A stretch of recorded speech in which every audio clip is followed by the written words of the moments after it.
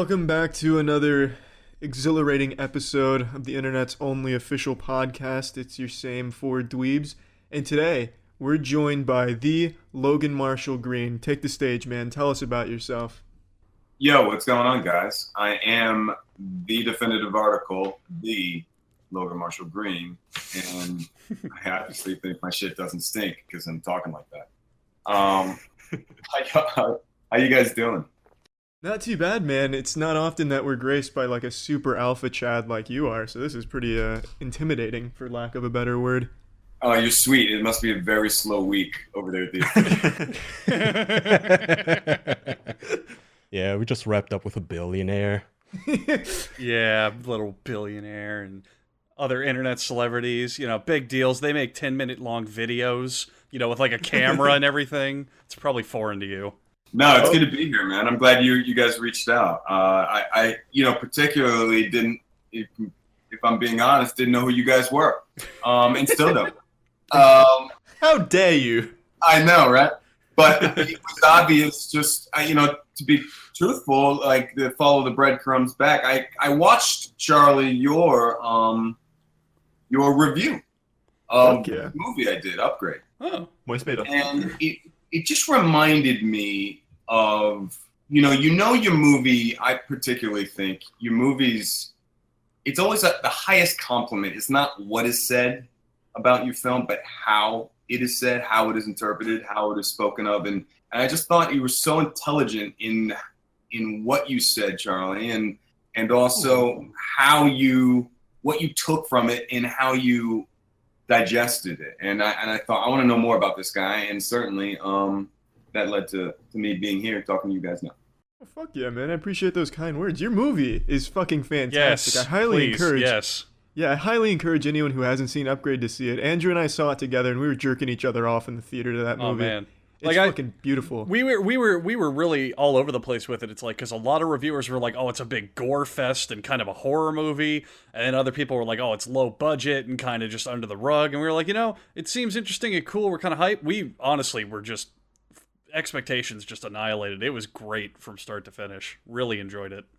Thank you, guys. Appreciate it. That brings me to the question that I really wanted to ask right away, man. So you've worked on Upgrade being like your biggest lead role, but you've worked on a lot of other huge projects like Prometheus and Spiderman Homecoming. How does it differ working on something like Upgrade, which is a lower budget movie, compared to something massive like a Marvel movie or the Ridley Scott Prometheus movie? The biggest difference when it comes to, let's just say it, a budget, is time, right? Time is money, and that saying is truly applicable to the film industry. So, but when it comes to process, there's no difference. Now, that said, you're just running and gunning under a different clock, but if you can kind of, it same goes like playing video games. If you can slow the game down, then you're just going to be better. So, but it's the same clock for everybody, right? So the same goes with filmmaking. If you have a great director like Lee Winnell, who's able to slow the game down for himself, then you can achieve more in less time.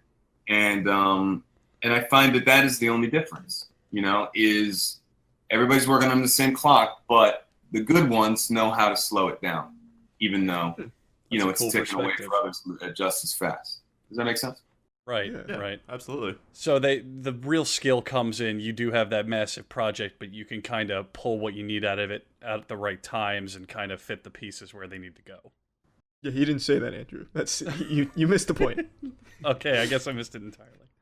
But that's it exactly. I mean, in some of those bigger pieces, you get, sometimes a week to shoot a sequence or set piece, whereas you have half a day to a day on a smaller budget like Upgrade to achieve what you're setting out to do. So preparation really is the word that you said, is everything. You can gain preparation as you go in some of the bigger machines, but when you're shooting independent film, you have to have your T's crossed and your I's dotted. Mm-hmm. So on that same subject, did you hate Prometheus? No, man. Well, the product was was not nearly and never would be even before I saw it, was ever going to overshadow the process. The process on shooting Prometheus was just a dream. It was ideal. It's the same thing you hear in an independent film, which is, right when you arrive on set is let's let the director and the actors have the set. And to be able to hear that every day was fantastic. Because, Ridley Scott, he shoots 9 to 5. He's like Clint Eastwood. Overtime, there's none of that. And you make your days. But it was a very familial place to work. We were all hanging out on the weekends. Nobody was sick of each other. And when I say everyone, I mean all the cast, the heads of department. Ridley was beating people in ping pong until, up until 4 a.m. It was just, we all cooked dinner. It was just one of those things. The process was never gonna be overshadowed by the product. And I like the movie a lot. I think it's beautiful. But what I was being asked to do was play a very unlikable character.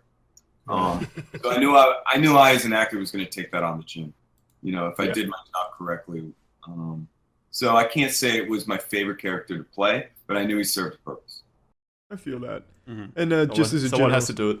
Yeah, as a general statement, Ridley Scott, I will clap those fucking cheeks in ping pong, man. I am an absolute monster at ping pong.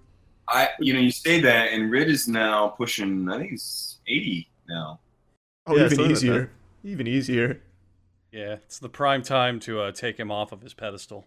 No, he will fuck you up. Oh, I would love to see Ridley stretching out for the balls like I would, man. I'll tell you right now. Again, he slows the game down. The balls come to him.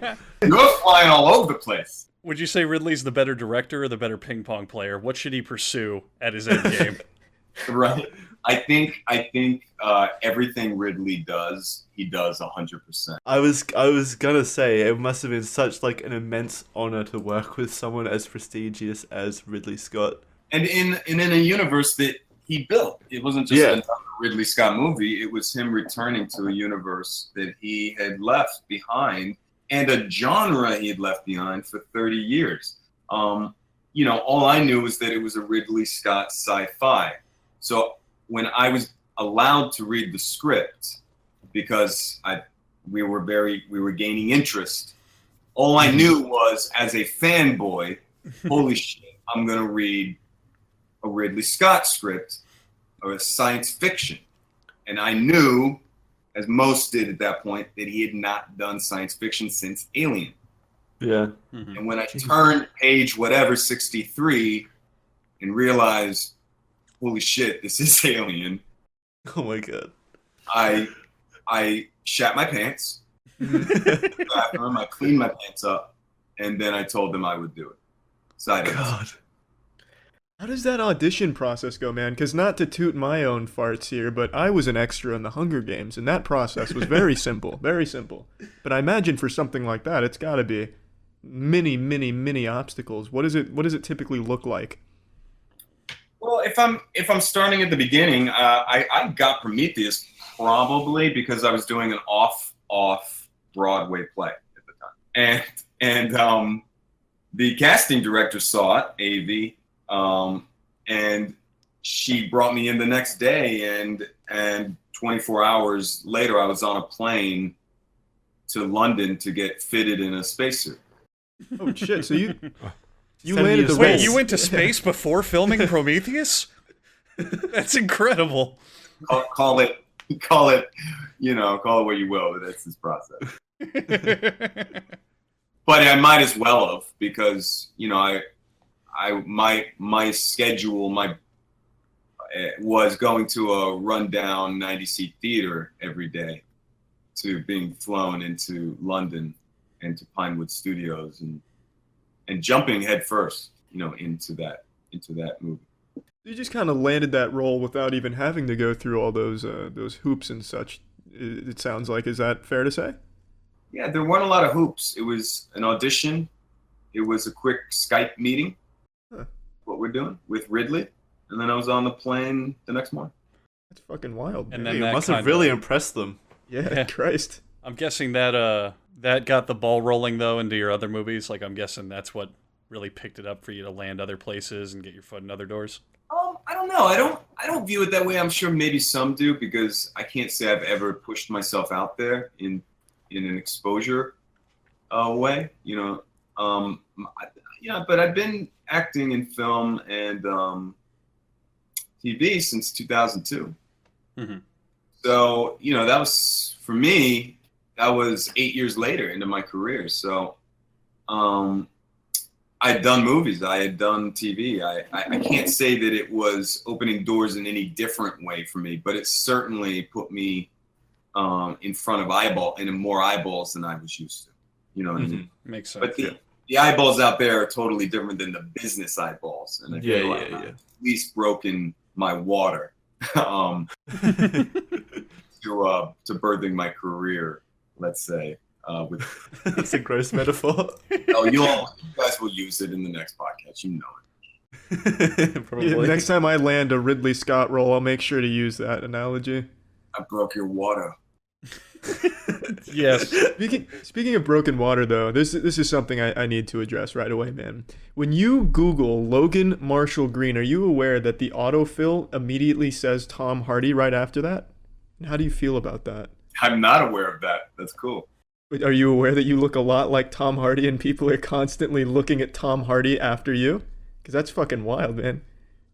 That's something that I've been aware for a while, because I knew his manager, and I didn't know who he was back then, but in the turn of the century, I was always aware of a British actor that I looked like. Yeah, and I think this is before he did Bronson, so before he had really made that big leap in his career. So I've been aware of Tom as an actor, and a good actor, a stage actor, for a while. Do you think you could beat Tom Hardy in a fight? Like, if it came down to you and him, would you wipe the floor with him? I don't know about that. I think if I'm being, but here's what I'll say. As you know, it's not about the size of the fight of the dog in the fight. It's the size of the fight in the dog. So I think he'd probably beat my ass, when it comes to his size. But I'm somebody who's got squirrely knuckles. Okay. Well, that could give you a little edge, I guess. If you were going up against him when he was in fucking like Bane shape, maybe I'd say you had no chance. But I think maybe those squirrely knuckles might give you an edge. I'm a love and not a fighter. Okay, that's fair.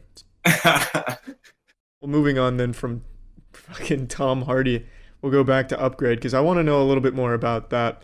How does that movie really come to fruition? Like, what I mean by that, a lot of those scenes are so incredibly fucking demanding on both like a special effects level and on like an acting level.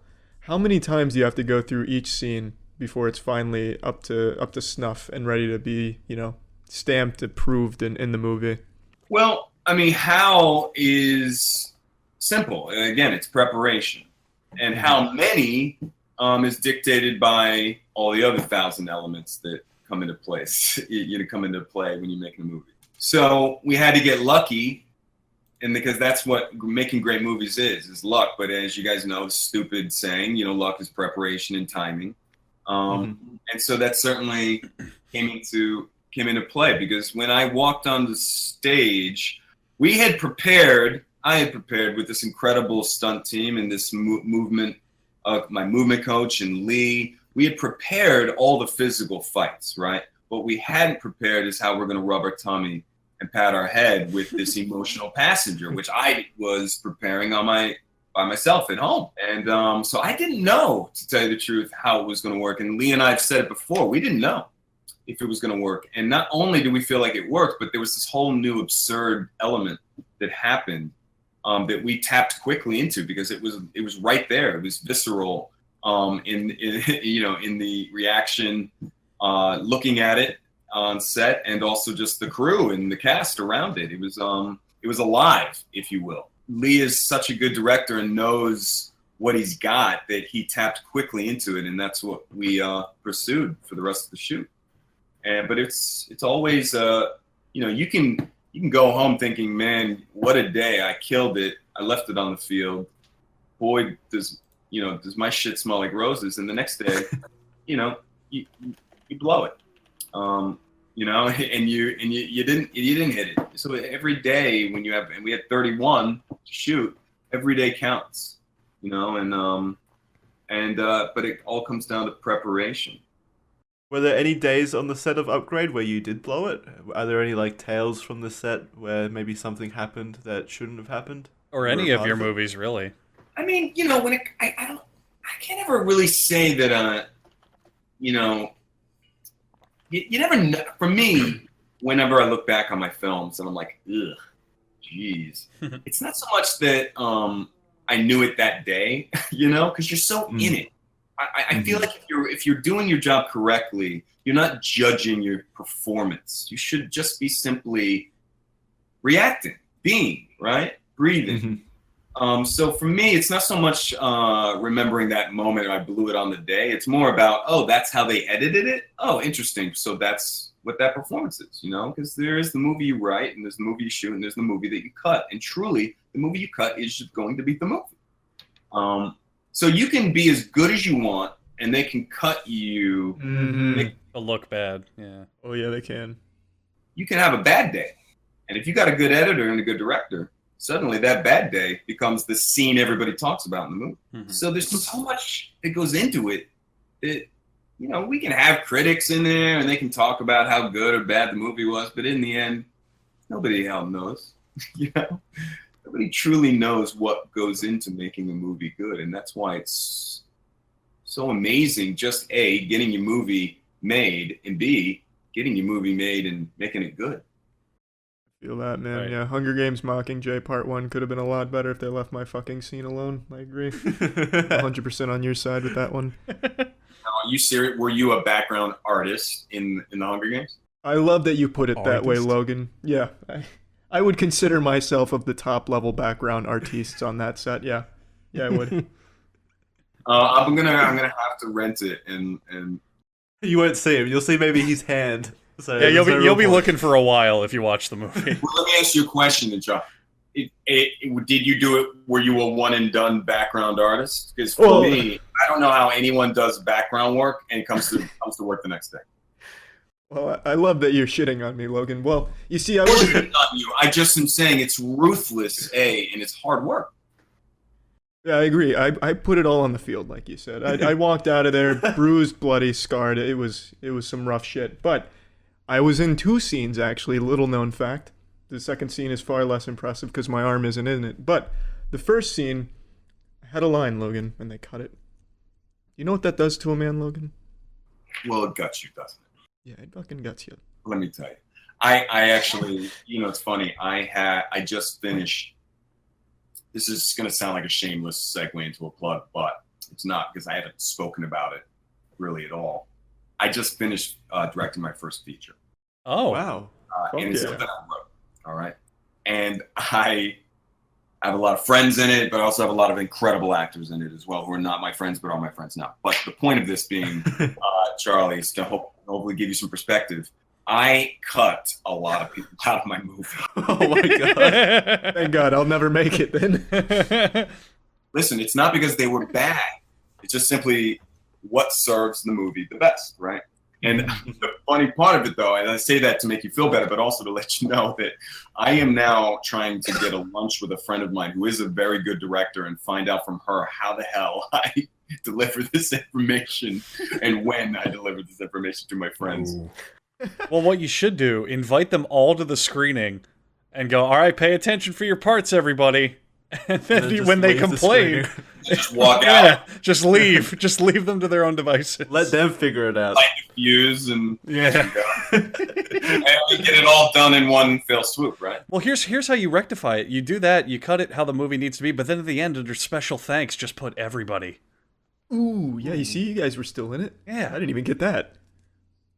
Put them into the family photos. There's some plan of attack there. I think you just cut the entire movie, cut them all out, and get a new cast. But still invite them all. Still invite them all to the premiere. Yeah, cut every one of your friends out, but then hire like real A-listers, like Robert Downey Jr. and Scarlett Johansson, and be like, "Well, I had to cut you as Robert Downey Jr. What do you want me to I do? know. How could I not?" Well, some of them are good though. Some of them are A-listers. That's the thing. Some of them are great fuck. actors. So I can't, you know. Okay, then we'll do it the reverse. You cut the A-listers, and then you hire the 4 of us to play the lead roles. Exactly. I'm just gonna blame me. It's my fault. I'm a horrible director, and Well, and we'll see what they say. maybe Charlie's onto Maybe something. they You don't. could say you owed us. Like, yeah, I was on their podcast, so I had to, do something for them.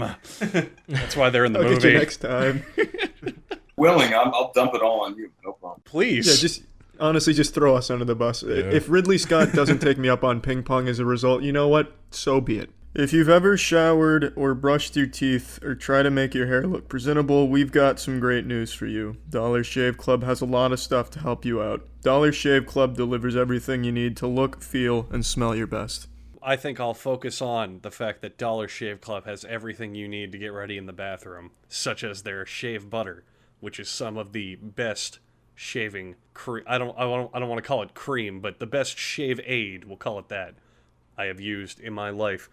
Doesn't lather up to get in the way, lets you see what you're doing, makes your skin super easy to shave. Why don't you give them the details, Jackson?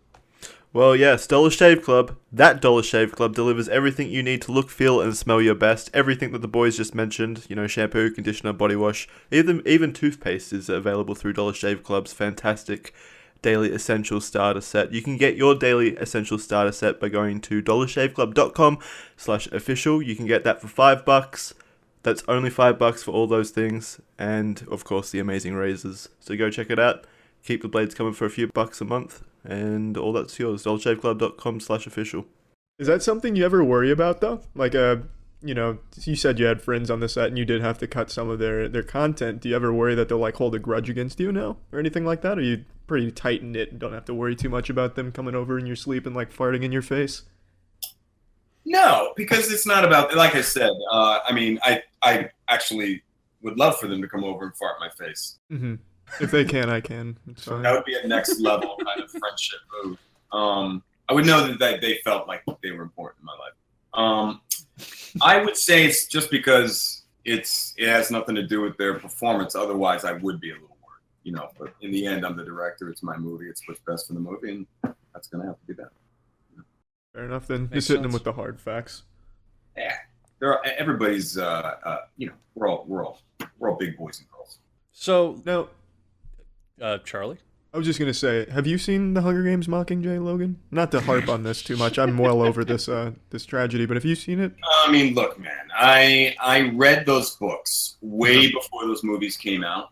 Mhm. I loved those books. I watched the first one.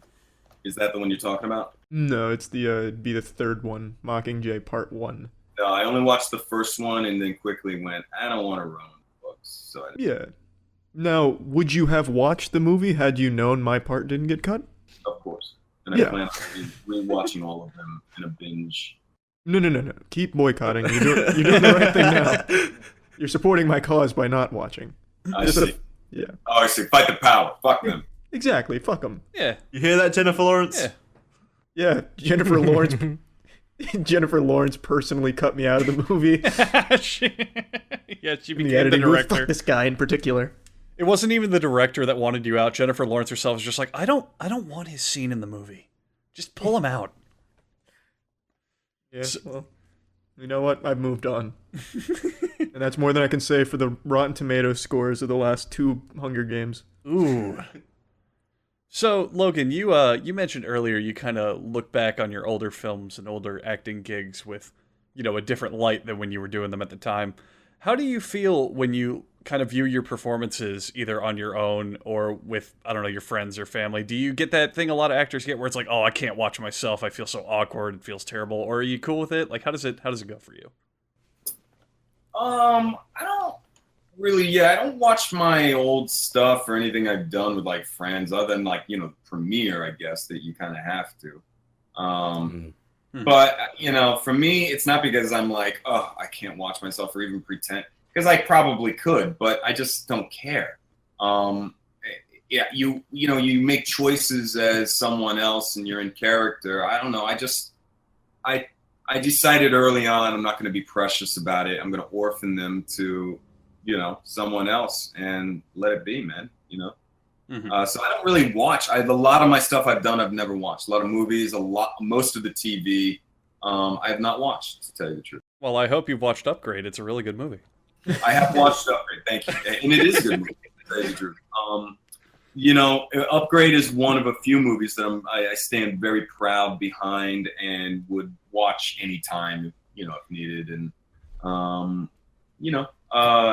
but really it's just, I think there's a lot of fanfare in this business, too much, and not enough work. And so I consider myself more of a blue collar type actor, and I punch in, I punch out. When I punch out, it's done. I think that's a fair work philosophy to have. What do you think is probably the worst thing going on in Hollywood at the moment? The treatment of women. To tell you the truth. I think it's the unbalanced, system of men and women, and I'm really happy to see that with the Me Too movement, and not just the Me Too movement, but there's some real systemic changes happening. I hope that it stays, but I would say I'm not sure if that's the answer you're looking for, but that definitely is the first thing that came to my mind. Yeah, so we're looking for is the one in your mind. So Yeah, I guess any answer to the question was the right one. I was gearing more towards like a stunt. A lot of the stunt people, they don't really get treated all that well based on, the knowledge that I'm given. And it's not like I have like personal reporters on the set of Hollywood movies. I just mean like articles. Like, do you see that in the movies you've worked on? Have you ever seen like a stunt man get like real fucked up from a stunt or anything like that? I mean, look, I'm not a stunt man, so let me just start with that. But I will say I've been around a lot of stunt artists, men and women, who some have been hurt, taking the fall, but I think they would not I don't think they would disagree with me when I say that that's their job. I don't think you're not going to find a lot of stuntmen who are going to complain about, getting hurt. Now, you'll find a lot of ADs and stunt coordinators complain about safety. So if it could have been avoided, that's a different thing. But, they're part of my union. And the good ones don't get hurt because they only play with people who know how to be safe, and ADs who know how to create a safe working environment. But you'll always find 5 to 15 people who will run up to a stunt performer and say, "Are you okay?" after the big stunt, right? Mm-hmm. You will never hear a stunt performer say, "No, I'm not. I really hurt my arm on that one." You'll only ever see a thumbs up and an incredible attitude out of these guys and gals. And that's what makes them so amazing, is that you don't find a lot of complaints in that compartment. Now, you probably should. When they're all mangled, they can't even stand up. But I will say this to me, that stunt performers are treated unfairly.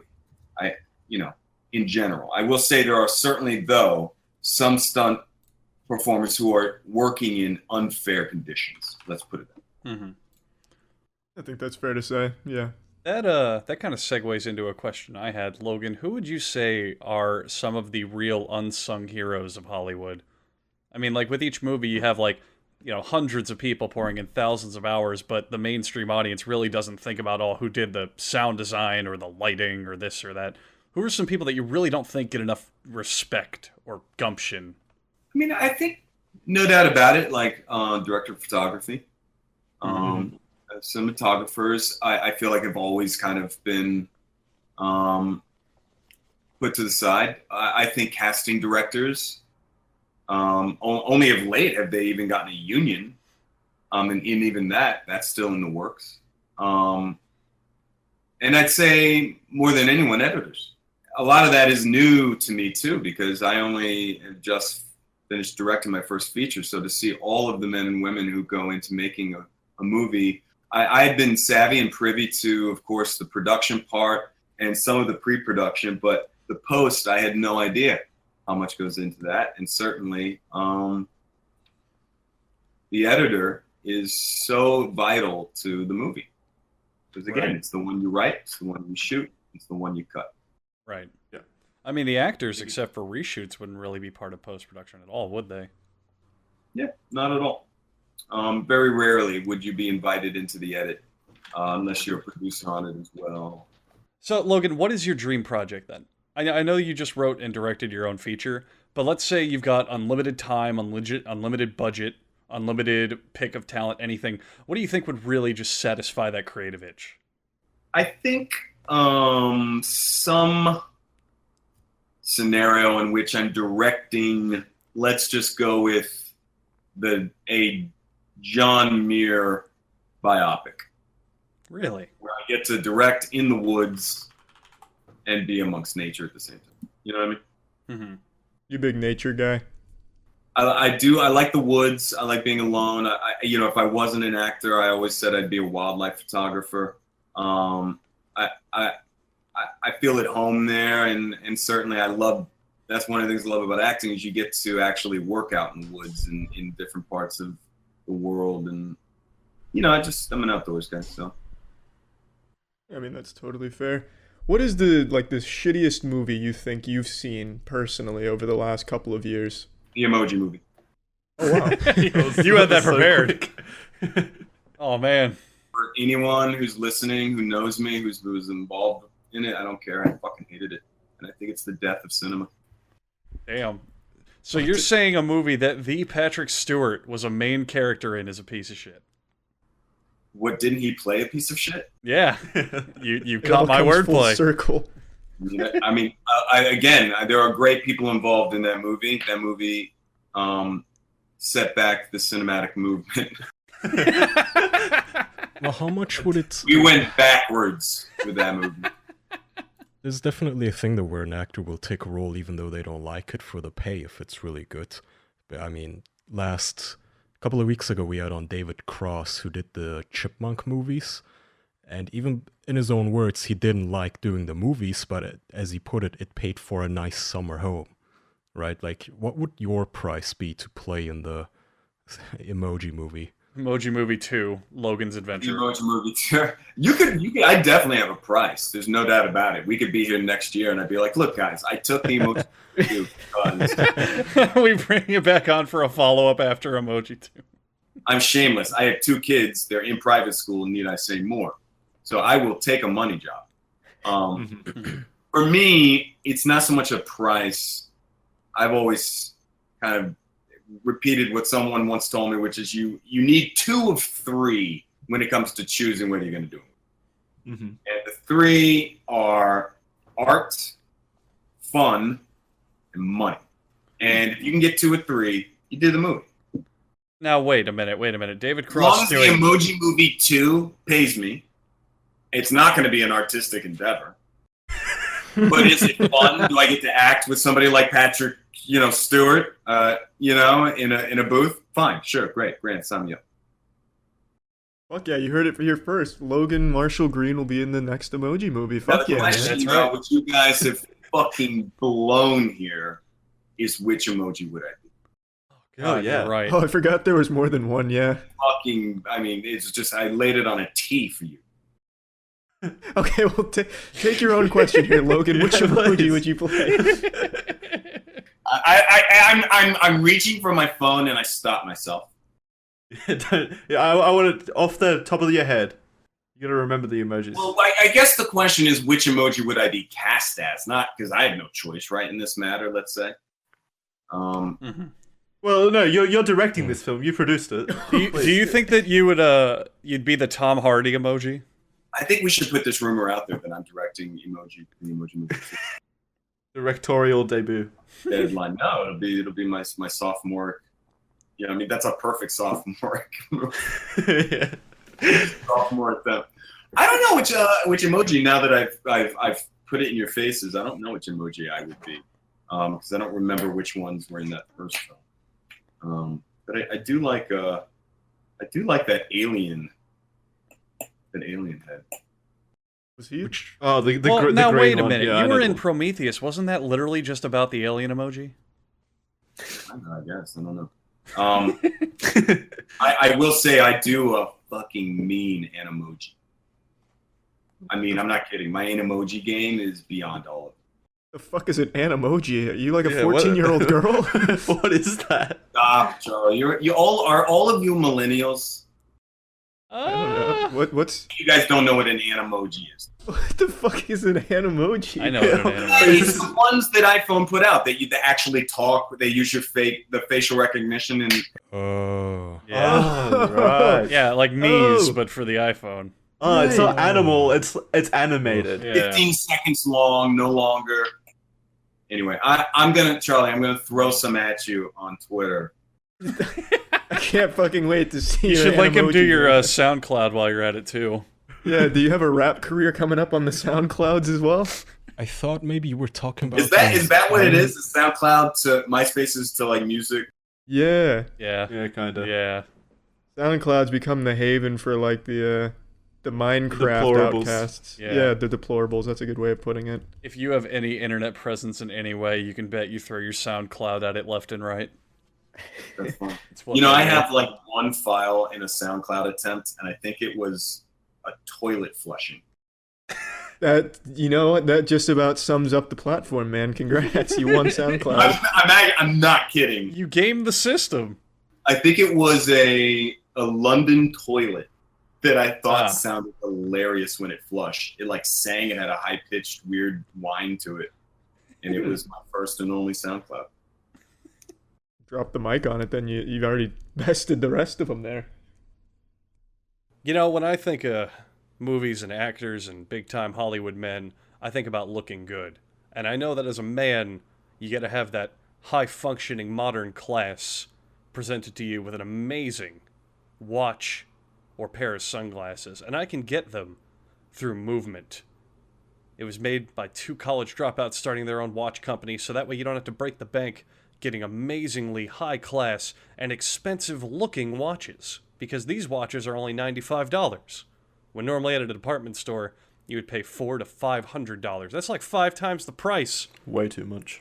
For the same amount of class, that is ridiculous. I don't enjoy that. Should be illegal. Which is why Movement is taking steps in legislation. Kaya, why don't you tell them about Movement's new fiscal policy?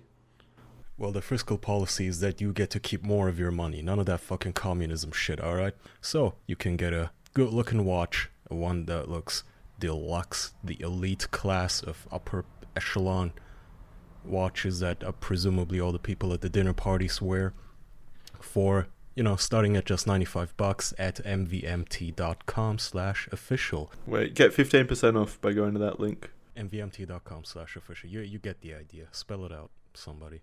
I don't know. I don't know. Movies. All right, we need a theme, obviously. Let's do Movies, movie star movies. Just come on. Minions. That's actually a good point. All right, Charlie Duvee. What was yours? Minions. Minions. Minions. I'll take T for Tarzan. I'll take the other M for Middle Earth. Lord of the Spell it in Rings. order, you cunts. I'll flip it around in editing. We'll get that. Chop it up really bad. Yeah, are we still waiting on my V? Yeah. We've already said V for Vendetta. You can't do that. I know. Yeah. And we said It's Valerian. impossible. Movies starting with V. Yeah. This ad read has gone on for alright. like 3 minutes at this point. All right, Vertigo, Charlie. Use that one. Vertigo. Yeah. Classic Alfred Hitchcock movie. Yeah. Get 15% off. So Logan, we can breach this topic now. I can tell that you're bouncing in your seat, excited. You play video games. As we've shot back and forth, I hear you're a big Fortnite man. No, you got it backwards. Your intel's off. You're a big PUBG man. Oh, really? Well. Actually, me and my squad played Fortnite the day it dropped. Oh. Because fucking console peasants, so all we could eat was this crumb called Fortnite, and we knew it being this, this single player mode. But then they dropped the battle royale, and I was on it because I was watching a lot of streaming on PUBG, H1Z1. I've been watching battle royale streamers for a while, so I ate it up. I was right there day one it opened. So I actually my squad, we raped people in Fortnite. Jesus. You were actually good at it? Yeah. I mean, I would say, well, we're day one. I mean, we literally are day one when it dropped on the console for Xbox. So, it was like shooting fish in a barrel. Now it's toxic. It's horrible. It's it's unplayable in my eyes. You can say it, it's filled with children. Yeah, little kids who want to see Thanos stabbing. And squeaking. Yeah, it's just a lot of squeakers. So I prefer the quiet, cold, calculated. It's so buggy, and although the new patch is pretty good, smoothed it out a year later. But yeah, I play a lot. I'm all over the board when it comes to video games. But I've been a gamer since day one. Yeah. So let's talk. Let's talk about what we all. So, all right, we'll start with the basics. What was your entry? What was your starting point in games? Yeah, what popped that cherry? Well, it'd be Berserk. Oh, wow. Okay. Yeah, that popped my cherry because that game was ruthless. I don't know if you guys remember Berserk. Is that with the happy face that would just come out of nowhere and fuck you? Yeah, it just comes out of nowhere and fucks you. Exactly. Yeah. And you fly. You can't touch the sides in Berserk. Everything's you have to move through the geometric worlds without touching the geometry around you. And then of course the smiley face would come out of nowhere and essentially hone in on you. And you either ran through enough rooms to avoid it, or you didn't. So I would say that's the first video game I remember latching onto. Solid choice. That's a solid choice. What about your favorite game then? Multiplayer, single player. He's getting fucking subcategories, gentlemen. Put the most hours into. I mean, Shit, man. All right, I didn't realize I was talking to a video game historian. I guess. All right, we'll just do a. I'm not saying I'm an historian, but I'm talking to people who know the language, so I'm going to speak. Hentai JRPG. Yeah. Yeah, what's your favorite hentai? I don't play a lot of JRPG or hentai. Oh, and you call yourself a gamer? Oh god, a real gamer. I bet. Take away his license. I'll bet you he doesn't even have a darknet to download Indonesian phone games.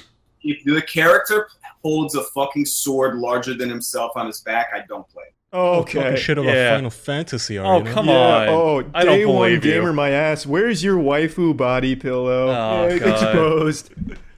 I wanna say, Um, you're absolutely right. That game sucks. no, I don't play those games. I liked Final Fantasy for like 10 seconds. Nerd. And then you went, I'm not good enough to play this, and stopped.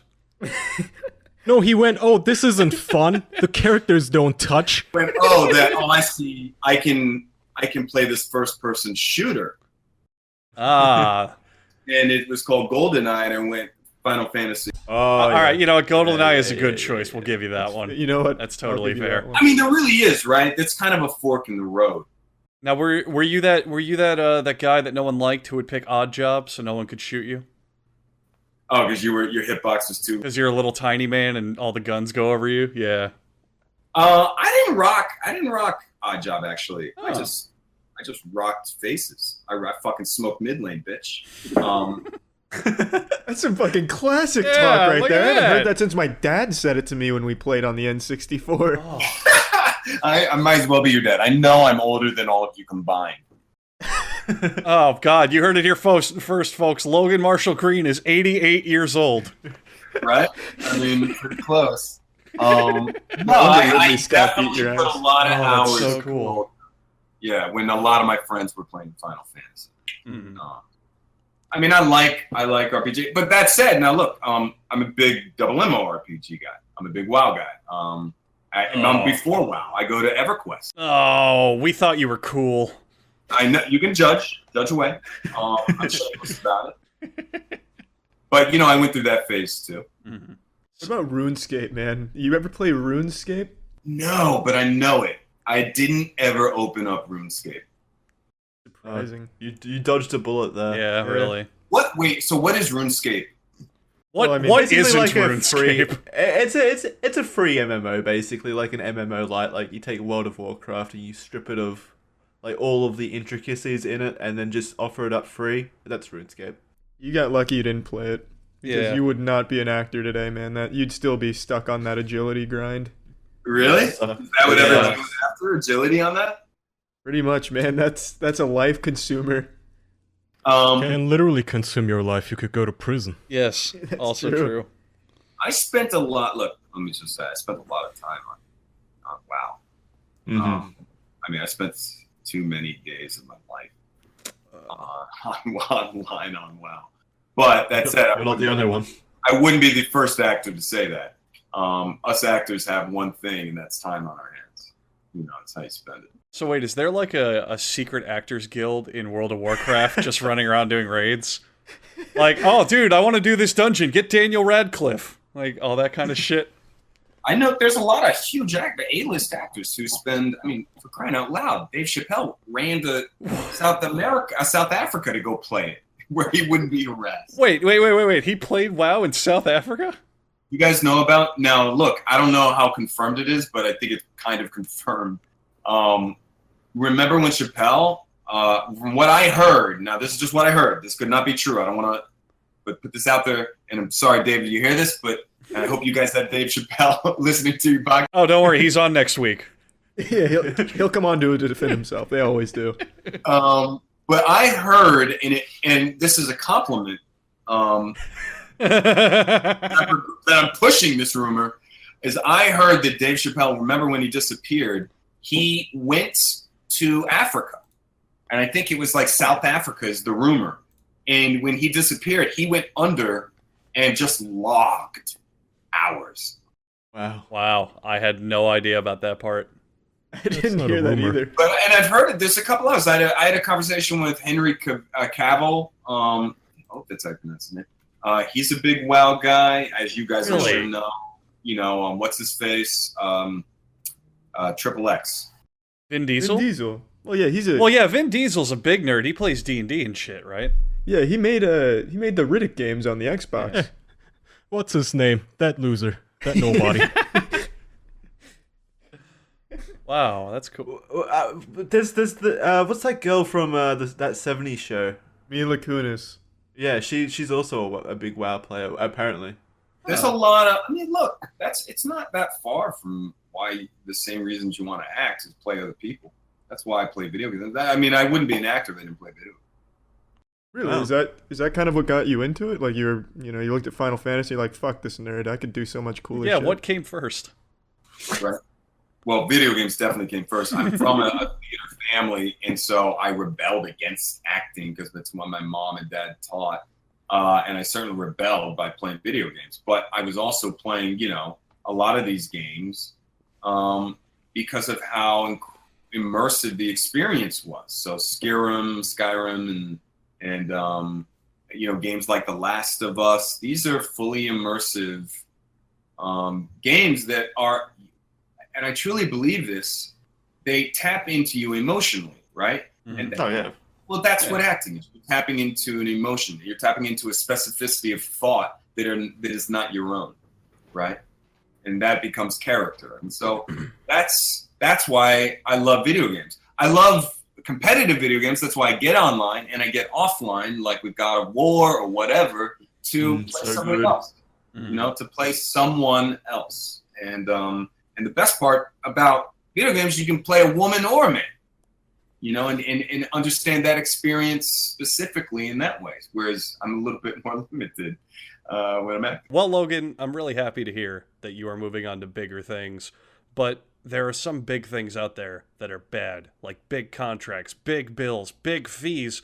AT&T's new $800 million administrative fee is a big increase. I don't like big things when they impose on my bank account, which is why I strongly consider Mint Mobile a game-changing company that's taking everything wrong with big wireless and making it right. Mint Mobile makes it easy to cut your wireless bill down to $15 a month. You can use your own phone with any Mint Mobile plan. You can even keep your old phone number.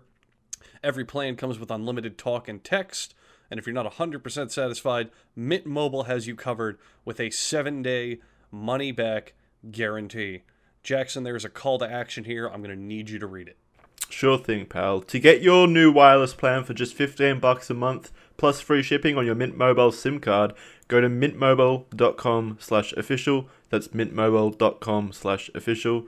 Cut your wireless bill to $15 a month and get free shipping on your Mint Mobile SIM card at mintmobile.com/official. There's your call to fucking action. Yeah. Fuck big companies. Fuck everyone that's not Mint Mobile. Exactly. Use the little guy to fuck big companies. All right, Logan, I got a challenge for you. You're approached by a big game studio. Pick one of your favorites, like Ubisoft, Nintendo, whoever, and they say, "All right, Mr. Green, we're gonna make Upgrade the video game." But the catch is, because we got to make like a 10-hour campaign and it's a 2-hour movie, you got to write a brand new original script for them to play through. What is the plot and what type of game is Upgrade the video game? Oh man, you'll have to ask Lee. I'm sure he would jump at the chance to do it because he definitely has a universe there. But I don't know. I actually think the interesting movie, if there were to be another, would be to like see Cortez come back. Kind of saved by technology, and like you get into some cyberpunk, some really good cyberpunk universe. If you get her kind of that kind of external exterior tech, and that saves her life and makes her more powerful, and you get to see her living in that kind of superhero body. That's just as interesting for me. The guy I played is the most interesting thing. It's to see him live out this life in his head, which is boundless when it comes to storytelling. I mean, it makes What kind of game is it, though? Damn it! Yeah. You're not getting me. It's open world cyberpunk, which they have not done correctly. Although I'm hearing this cyberpunk 2077. Yeah. Turkey 2077. Yeah. But I'm a huge like Shadowrun guy. I don't know if that's too early for you guys, but that was my first entrance into cyberpunk. Was GURPS and Shadowrun. It had a reboot recently. That is some of the best role playing. Did you play the reboot, Kaya? Yeah. I liked get a it. I chance liked the to play. original too. I didn't get a chance to play the new Shadowrun. Did you play it, Logan? I didn't, and I'm turning around if you could see me, and I've got both the old and the new right next to each other on my bookshelf behind me. And I never played it, and I don't remember why. I just think I was, I just was out. I have all my old D&D stuff, but I don't play it anymore. I just don't have the time as being a dad and a right. I was actually going to ask, it must be kind of hard now for you to really get in a good game session, what with your acting career going down and you're being a dad now and Going down. Okay, not what I meant by going down. I meant like occurring, being active. Going up, if anything. Going up. My career's going down in flames. It's fine. Yes, exactly. No, I actually disagree. I find I make time. Oh, that's good. I prioritize my gaming. My wife will quickly complain about and tell you that. No, I have a squad I play with. I mean, I have guys I play with. And if I was a hack and squishy, then sure, I probably wouldn't play as much. But like I said, I like your attitude. I love it because I feel like I can hold my own. You know what I mean? And at a certain level of gaming. So I always and if I could beat anything again, I really wish my mom had not, because I played so much video games, my mom pulled me away from it. But if I had just put more of my mind to understanding, computers, PC, I would kill to have more of an understanding and a dexterity with it all. And to be, if I could rewind, I'd be a PC gamer, man, no doubt about it. Mm-hmm. But I'm not. I'm a console guy. One day, my son. Yeah, one day. I am, man. I am sad. I'm telling you, it's true. I look at pros and I'm like, God, I wish I was a pro. I mean, I know they're all like 18 to 22, but I mean that. Like, I really, that's why I have no issues with my son and daughter playing. Mm-hmm. Can't you just buy a computer? It's too late, Jackson. The No, ship has sailed. The ship has sailed. Let's be honest. It's too late. That ship's. I don't want to give up on you, Logan. I think you Well, can yeah, do it. Logan. I mean, I'm sure you've seen like Terry Crews and shit doing like a vlog where they're like, "I'm gonna make a computer from scratch," and I've never done it. I'm sure you can find a way. I plan on it, and I plan on getting a build that's stream friendly and hopefully VR friendly and future safe. But I'm talking about the real understanding of what's behind the curtain. Mm, a technical understanding. Right. I can get to a level where I can play pickup, but I'm talking about real understanding of what is underneath a computer. And I mean that, like I don't know how to code, and I feel I have a shame about that, because I spend so much time, you know what I mean, online. To not understand really what makes it all tilt is something that I really wish I could understand more, and that ship sailed. I mean, I don't mean to brag or toot our own horns, but you've made some very powerful friends on this podcast. Because why do you think I'm here, man? I'm using you guys. we When I get on PC, I'm coming knocking.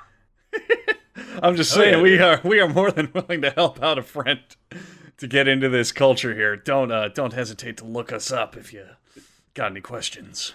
Yeah, don't worry. We'll get you that IV drip of some G Fuel in you. Oh yeah. Throw it at me. I need you guys to carry me. Just carry my ass to fucking chicken dinners. Come on. Absolutely. It's probably the cutest shit I've heard on this podcast. Oh my god, it's adorable. Carry me to some chicken dinners. You mentioned The your official kids play. squad. Yeah, you mentioned your kids play video games. Do you like discipline them? Like, are you like the champion in the house? Like, you'll throw down the fucking controller and be like, "I am the warrior." Like, and you like beat them at the games and shit, or do you like work together? Absolutely, man. I'm like, fucking indirect vision. How many times have I fucking told you? Go to your room. What was that? 92nd place? What the fuck, John? You fucking slid in there? You don't push that point. I gotta Weaken. Get out of my sight. Go walk the dog. I gotta be honest, you could be my dad and say that shit to me, I'd still think that was really cool. I think it's cool as fuck. I'd start doing like push-ups in my room with like my console on my back. This one's for you, Dad. My finger's gotta be faster. Fucking pick Hanzo?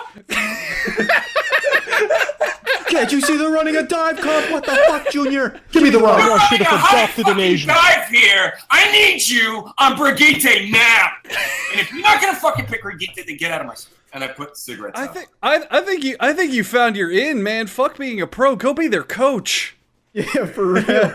Blowing the fucking whistle in their face. That's amazing. You're gonna do this now, or I'm trading you in. A great scene, maybe movie, but definitely a good scene to see like the 21st century little league dads. Oh yeah. Oh yeah. I bet you Adam Esporting. Sandler's writing that right now. Oh, it's definitely. It's been thought. It's been written. Right. Make like the 21st century Rocky, but it's an e-gamer. Wait a Dorito second. diet. Wait. Didn't Adam Sandler already do this? Wasn't it Pixels? Oh, Was it? Oh, you're right. Well, Pixels was like aliens come down and they Yeah, but he based was on- still like he was like an MLG. You're coach or right. something, He was a wasn't pro gamer in that, and fucking fat Kevin James was the president. Oh yeah. Right. That This- goddamn it already movie. exists. Holy shit. Yeah. Adam Well, you joked and said Adam Sandler's probably already writing this, and he fucking did. He did before. He did it before you joked Sandler, about if you're it. listening, I want my royalties. I have a video game Rocky type story in my head. I'm not going to share it yet, Oh. but Yeah, it's a Yeah. it is a underdog. Let's just you can imagine. I mean, I guess it's kind of well, they did make it already. It's the what's the Fred Savage one? The Wizard. Glove, where Nintendo used it as Yeah. a launch of the glove. Yeah, What is it? the Wizard, right? The Wizard. Yeah. That's kind of your underdog's video game story. Mhm. I mean, that whole movie was just a giant advertisement for Mario Brothers 3. But That's all it was, right? yeah, pretty much. So that's another question on that. We asked you about your dream movie. What's your dream video game? What do you want to play most of all? You mean actually play the game? Which one? No. Like a big studio says, you know, they're gonna make anything you want, any dream video game concept, any genre, any studio Didn't we makes already it. do this? No, we did it for. Are you talking about what is my idea of a dream video game being made into a movie? No. Just what is your dream video game? Period. Like if you could have any game be made, like I don't know, take a series that died and make a sequel or something. Anything you want to play right now that is not made. Jeez, I don't know. Like I said, I want that cyberpunk game. Mm-hmm. I want that, and I don't know if 2077 is going to do it, but that's what I would say. Is I want that cyberpunk Okay. MMO. Have you seen Wild Wild West with Will Smith? I have with Kevin Kline. Red Dead Redemption 4. Holy fuck! I would play the shit out of that. If Red Dead Redemption 4 had a Wild Wild West tie-in, I'd buy it launch day.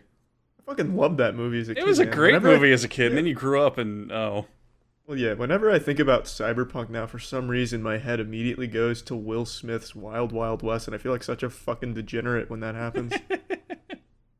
Not even like a cyberpunk movie. well, it has the mechanical spider. Yeah, it's more like steampunk, I guess, in a certain way. I think it is. It's this steampunk.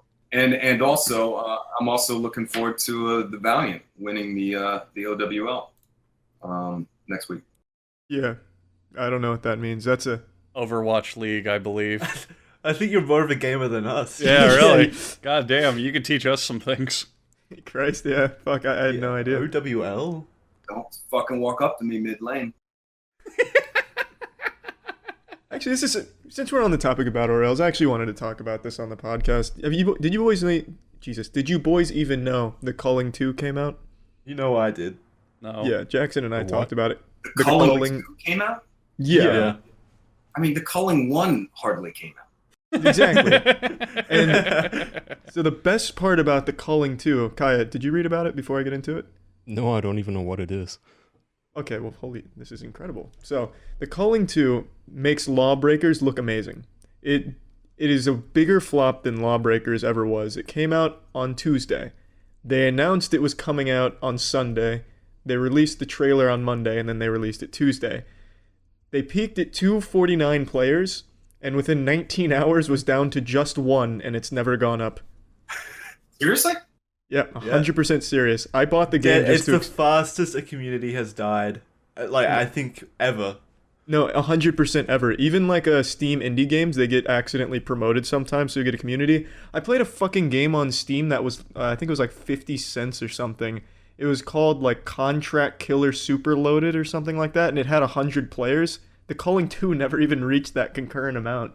It's the fastest dead game I think that has ever been released. I only remember the Culling because I watched Lyric play it for like, I don't know, a day. He played it, and then he was sick of it.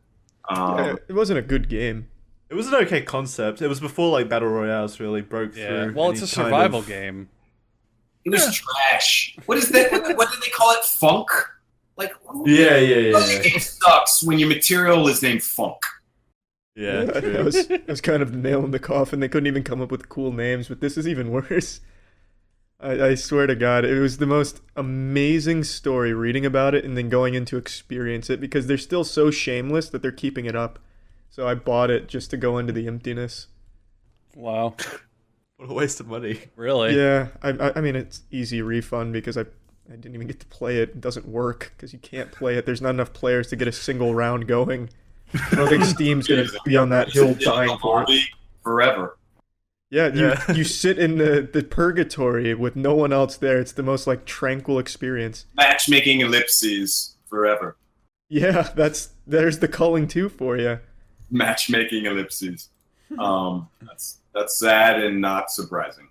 No, it's not. It's just hopping on the trends and at a really bad time with no effort at all. The developers broke their silence and said they need to have a serious discussion in the office. Wow. That's the latest from their development studio. Oh, God. Who greenlighted this? God damn it! Was it the janitor? But we fired him. I wonder how much money they lost on it, because it seems like a lot of money went into it. So many of those corpses lying around because everyone's going to try to do Battle Royale. And Oh, yeah. I honest, mean, there's they're all going to fail except for the few. You know? Yeah, no, for sure. There's already been 2 casualties in this Great War. Radical Heights, rest in peace, and whatever this turd was. In a way, you could say the Fortnite effect has almost made let's be honest, PlayerUnknown Battlegrounds took a huge hit. Yeah. And they just without a doubt, they were fucking loving time bringing it out on console. And I know they're both under the same company. I know they were in the lawsuits and all of that, but it doesn't matter. I know they're not going to, whatever it is, but it doesn't matter. They took a huge hit, and they were lining up to be a huge success. Fuck 'em. Yeah. PlayerUnknown, they made so much fucking money and they couldn't bother in the 2 or 3 years that it's been out to optimize it once. Oh god. Even on the consoles or anything. You look at Epic Games, the guys who actually make Fortnite, they took all the money and now they're changing up the way their asset shop works. So people who create assets for games are gonna get more money now. They changed it from a... You know how if you put your stuff on a shop, you get like a 70% revenue share, right? It's gonna be 88% now, and it's retroactive. They're going back 4 years and everybody's gonna get all Holy the money shit, they really? would have made. Yeah. Holy That's all That fucking is cool. that is Epic such Games a cool is. move. Yeah. Yeah. Epic Games has always been cool. They had a shittier MMO before Fortnite called, I don't know, Paragon or something. I forgot at this point. Paragon. But almost all of the games they make for the sake of enhancing their engine. It's always starts off sort of as a tech demo to find... they just try to make games to find out what part of their engine might be lacking, and then they just create the tools and update their engine to fit. And sometimes the game just sticks, I guess, like Fortnite, and then they give it back to the community. A lot of their, I forgot his name, but the CEO basically said we make so much money off of Fortnite now, we can afford to give back more to the creators of our asset shop. Now contrast that with PlayerUnknown, who still has, 15 frames per second on the Xbox? Has that improved, Logan? I don't know. Because you play on the Xbox. Has it improved since? Smoother. Yeah, it has. Okay. Yeah, didn't 20 they? or They 30 put out frames. a big ass sweeping patch recently that actually made the game run. Well, regardless, to Yeah. Kaya's point, he is right though. It did. Oh take no, them I'm not defending a hell them of at a long all. time. I'm not defending them at all. I'm just saying after finally 3 years and technical release, they finally have a working, functioning game. Yeah, I mean, they're only now. I mean, we're so behind in console. It's phenomenal to me. I mean, the other thing maybe you guys can tell me is what is up, and maybe you don't even know this, but they have a separate for PUBG. I don't understand that. Why don't you just patch the game? Why am I constantly having to download a PTS? And this is a real question, so please answer. Why do they have a separate PTS on console than the game itself? I think they're developed by different studios. Is that not right? No, I'm talking about PUBG. No. I mean PUBG. PUBG, the Xbox version, is made by a different company. I think. But what I'm saying though is on the console, there's the game, there's the beta, and then there's a PTS. Mm-hmm. What? Or The fuck public, does that mean? or PlayerUnknown Battlegrounds. And Yeah. I don't understand why there's a separate game, the PTS, that they put out, try things out, whatever, and all it is trying things out. They've been doing. You guys have been playing on console for a year. I don't understand it. Can you guys tell me why? I honestly, I'm Even gonna the go beta server that they have, it's on Steam too. They have 2 different versions of the game. The playtest server, where they push the changes on to a couple of days earlier, so they can find bugs and such. See, They which did then- such a good job at it. yeah, which they will not fix. And that's So- my point. Is yeah, exactly. So why are the bugs not fixed? You know what I mean? Oh, Why I mean, is it I was I could have given you an even easier answer where it's they push it on there, but then they made a second test server for a single map. I don't know why the fuck they did that. I think there's 3 PUBG fucking installations now. Oh my god. So, yeah, I I don't know what. understand how that can be. PlayerUnknown's trying to take over our systems, boys. One One server at a time. tight. Fortnite. He's just sitting in his fucking office. Fortnite. I see you have 1 game. I have 3. Take that. Maybe it is a long con. Maybe he's just trying to take up storage so no one can install Fortnite. He's a fucking genius. I think the PTS is like 10 G, so it's doing something. Oh yeah. He's making moves. His name's Brendan Green, right? That's the creator. Yeah. Yeah. You guys related? Yeah. I don't know. No, unfortunately, I'm not. Damn. Well, there goes all my PUBG questions. To kind of switch gears back to movies, though, because that's always something that's been very fascinating to me ever since I was cut from the Hunger Games. I don't know if I mentioned that. The whole process of going from start to finish. You mentioned that you just directed your first feature film. I feel like the hardest part would be finding where to film those scenes. It's not even so much as how you're going to do them, but where you're going to do them. How the fuck do you even find places like the Hunger Games, for example? I'd love to bring this up. It was filmed at like this completely off the beaten path, dilapidated old steel mill in Atlanta that I don't think fucking Bear Grylls could have found in a million years. So how the fuck do you find locations? Well, it is another unsung hero in filmmaking, which is a location manager, a location scout. And, when you have a film commission who that location manager and scout work with, they know the land, they know the area, they know the territory. But the great directors, and I start all the way at the very top, like somebody like Spielberg, the first thing when they see they've got a script and they've got money behind it, or even before the money, and sometimes even before they decide they want to direct it, is let's go look at locations, because it really is still just like real estate about location, location, location. And that can make or break an independent, and it can even make or break, a big time film. Is what's interesting. Has it been shot? I mean, you can go to most TV or most independent and most movies have shot in places that have already been shot. The question is what's been shot there and how has it been shot there? It's not so much we walk on untreaded territory when we make film.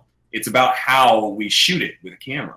So, that location, and I'm sure, by the way, you can look it up. That steel mill you're talking about for Hunger Games that looks so fucking cool. I bet you 5 movies or TV shows have shot there before Hunger Games. It looks like that has not been touched by non-homeless hands in over 50 years. There's no fucking way. Yeah, well, but No that's the way. thing is that, well, then we're talking about production design. Because who knows what that place looked like before the production designer got. They started throwing rocks at this perfectly fine building to break the windows. Who knows? I mean, look at what Kubrick did, in Full Metal Jacket. That looks like a town that's been destroyed, right? A massive town that's been destroyed, pockmarked with gun marks. Yes, maybe it was like a perfectly fine building. Maybe I like a really Walmart. didn't even think about that. That's a really interesting point that they just kind of reshoot on the same locations over and over again. Makes sense why they would. Director is, Yeah. okay, who shot here? Is it fresh? Mm-hmm.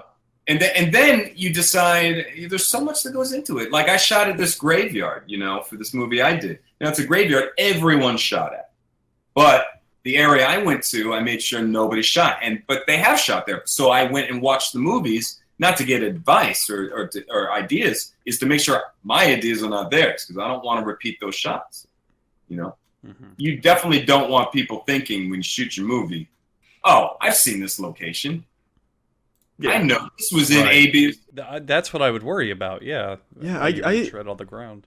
I experience that a lot with porn mainly, though, because I'll notice they keep reusing like the same set of houses and couches in like the majority of lesbian porn.